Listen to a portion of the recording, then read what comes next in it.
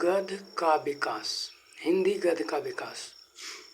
अधोतन सूरी ने 778 ईस्वी में कुवलयमाला नामक एक गद्य कृति की रचना की।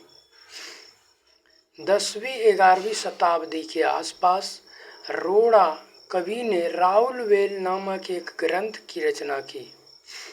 राउलवेल गद्य पद मिश्रित चंपू काव्य की प्राचीनतम हिंदी कृति है। राउलवेल एक शिलांकित कृति है।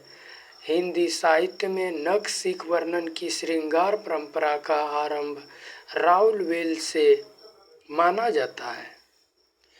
राउलवेल में हिंदी की 7 बोलियों के शब्द मिलते हैं, जिनमें राजस्थानी प्रधान है।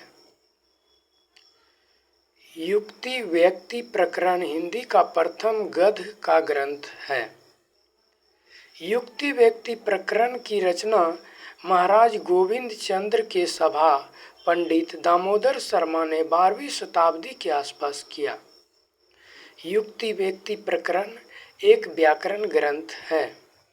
डॉक्टर हजारी प्रसाद द्विवेदी और डॉक्टर मोती चंद्र ने युक्ति व्यक्ति प्रकरण को एक अत्यंत महत्वपूर्ण ग्रंथ माना है। वर्ण रत्नाकर मैथिली कवि ज्योतिश्वर ठाकुर की रचना है। वर्ण रत्नाकर मैथिली हिंदी में रचित गद्य की प्रथम रचना है। वर्ण रत्नाकर का ढांचा विश्वकोशात्मक है। वस्तुतः साहित्य हिंदी गद्य का क्रमबद्ध इतिहास 19वीं शताब्दी से प्रारंभ होता है। आधुनिक काल या 19वीं सदी के पूर्व हिंदी गद्य के 3 रूप प्रचलित थे। राजस्थानी गद्य, ब्रजभाषा का गद्य, खड़ी बोली का गद्य। हिंदी गद्य के तीनों रूपों में राजस्थानी गद्य प्राचीनतम माना गया है। राजस्थानी गद्य का सूत्रपात 10वीं शताब्दी में हुआ। राजस्थानी गद्य की प्रमुख रचनाएं वो लेखक निम्न हैं। रचना धनपाल कथा 14वीं शताब्दी, तत्व विचार 14वीं शताब्दी, पृथ्वी चंद्र चरित्र या वाग्विलास 1421 ईस्वी, माणिक्य चंद्र सूरी इसका लेखक है।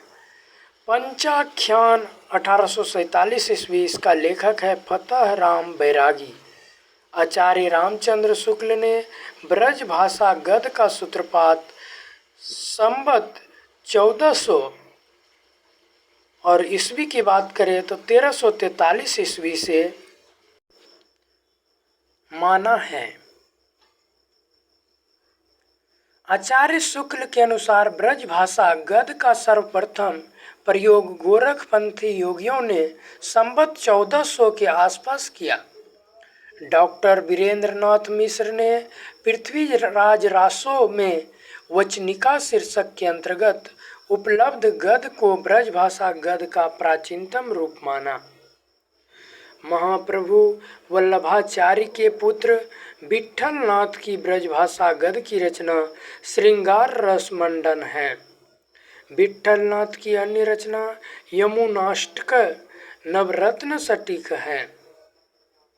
विट्ठलनाथ की अन्य रचना यमुनाष्टक और नवरत्न सटीक है।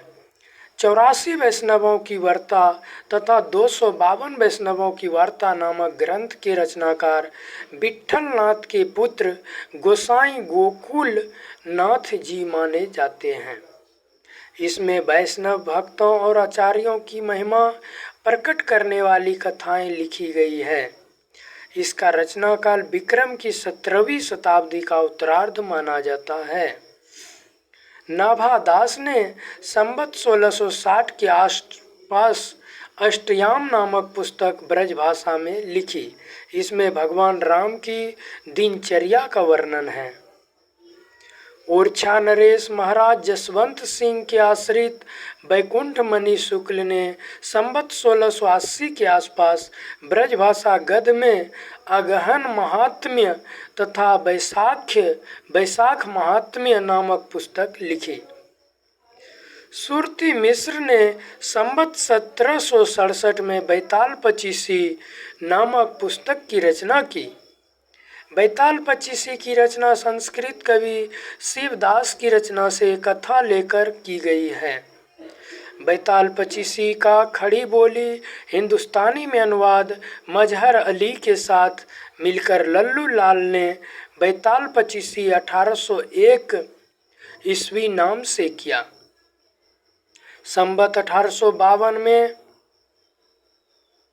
ईस्वी की बात करें तो 1795 में लाला हीरा लाल ने आईने अकबरी की भाषा वचनिका नामक एक बड़ी पुस्तक की रचना की। धनकौर के निवासी प्रियादास ने सन 1779 में सेवक चरित्र गद्य ग्रंथ लिखा। ये राधा वल्लभी संप्रदाय से संबंधित थे। लल्लू लाल ने राजनीति 1802 ईस्वी तथा माधव विलास 1817 ईस्वी नामक ब्रजभाषा गद्य पद मिश्रित ग्रंथ की रचना की। माधव विलास 19वीं शताब्दी के सामाजिक जीवन के स्वरूप चित्रण की दृष्टि से महत्वपूर्ण रचना है। माणिकलाल ओझा ने सन 1828 ईस्वी में सोमवंशन की वंशावली नामक ब्रजभाषा गद्य में रचना की। खड़ी बोली गद्य का प्रारंभिक रूप दक्षिणी साहित्य में मिलता है। दक्षिण के साहित्यकारों ने अपनी भाषा को हिंदी, हिंदवी, दक्षिणी, देहलवी, जवान हिंदुस्तान आदि कई नामों से पुकारा है। दक्षिणी हिंदी के संबंध में प्रोफेसर एहतेशाम हुसैन ने लिखा है, इस भाषा में पंजाबी, हरियाणी और खड़ी बोली का मेल था। यह ब्रज भाषा के प्रभाव से भी बची नहीं थी और सबसे बड़ी बात यह थी, इसमें फारसी अरबी के अनेक शब्द भी सम्मिलित हो गए थे।